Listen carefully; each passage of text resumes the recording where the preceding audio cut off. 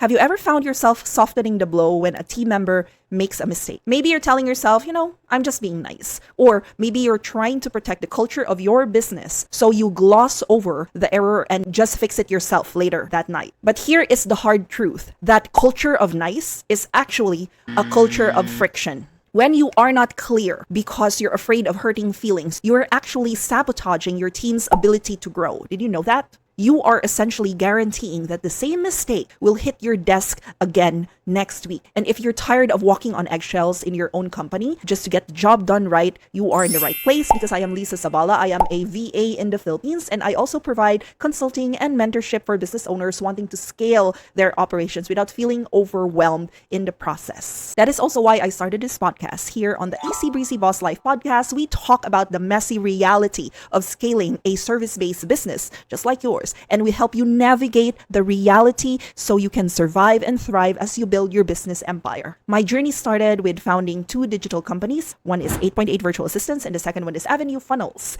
And today I lead a high-performing team of creatives and operations specialists based in the Philippines. Hint, we are all virtual assistants. From our hub here, my team and I serve specialized businesses across Australia, New Zealand, the US, Canada, and the UK. So we don't just consult on your systems. We are the embedded team that actually builds and runs your operations playbook. We're going to talk about that more later. Our team actually takes over the heavy lifting of your back office operations so you can stay productive while you sleep. But I will tell you the truth. None of that works. Your operations playbook, your plans, your strategies, none of those will work. Not the systems, and certainly not the team, unless you have the courage to be clear. You see, I've had to learn the hard way that clarity is the highest form of kindness. Okay, so confession time. Now in leadership, as I'm running my 2 digital businesses, 8.8 and Avenue Funnels, I've had to learn the hard way that clarity is the highest form of kindness. Early on, I realized that if I was the only one allowed to fix things, I was the ultimate bottleneck in my team. So to avoid that, I had to build what I call an ego-free feedback loop. What is an ego-free feedback loop?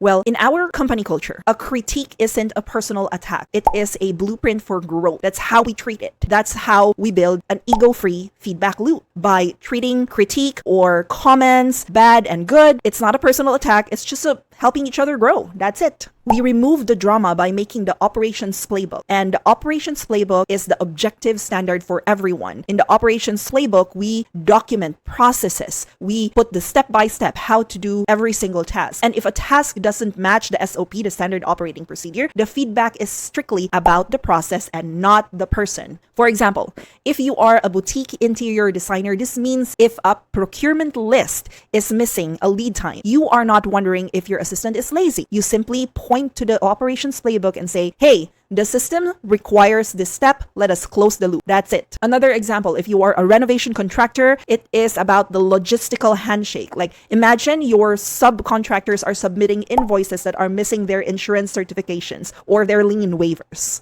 Instead of you having to be the bad guy who chases them down, you could have your assistant or your team member handle the audit. If they miss a document, you don't have to feel awkward about it. You just give your team the feedback to tighten the compliance checklist in your Operations Playbook. That's it. No drama. It's simply about improving the process and helping everyone grow. It is not personal. It's just about making sure no one gets paid until the paperwork protects your business. Another example, if you are a gym or a wellness studio owner, think about that awkward failed payment moment. Like if a member has a failed payment or maybe their card gets declined, you know that dance, right? You see a long-time member walking into your studio or your gym and you know their credit card got declined 3 days ago. You're the owner of the business and you don't want to bring it up personally because you value the relationship and you don't want to make it weird at the front desk, right? But because you're being nice, that revenue is also leaking away and now you're stressed about your payroll. Sound familiar? So how do you fix it? In an ego-free feedback culture, you don't have to handle that at all. Your team will see that their card got declined. All they have to do is follow the member retention SOP,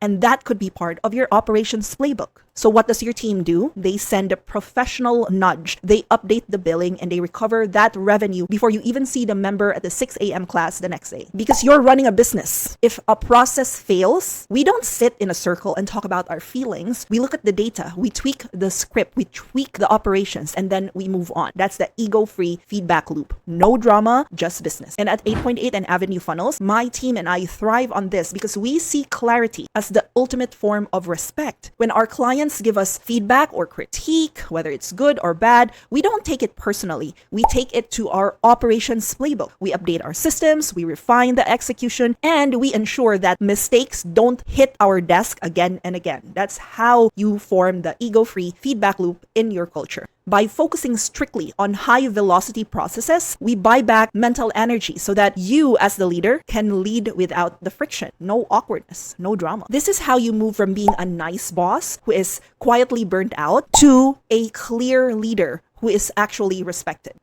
Do you have a friend who is running a business too? If you have a friend who is trying to run a business by being a nice boss and you feel like they need to have some clarity on their team, you should forward this video to them. And you should also watch this next video if you're looking to build a remote team in the Philippines, virtual assistant freelancers, what have you, because I will show you how to delegate like a boss. I'll see you in the next one.